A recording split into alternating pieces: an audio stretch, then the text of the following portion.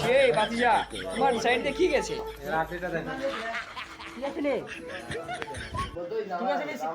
ঠিক আছে এই দেখে কি কাটিং এমবাপ্পু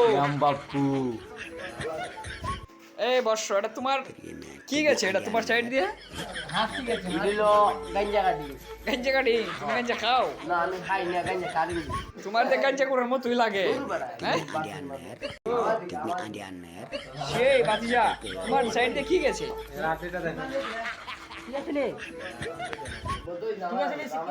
ঠিক আছে এই দেখে কি কাটিং এমবাপ্পু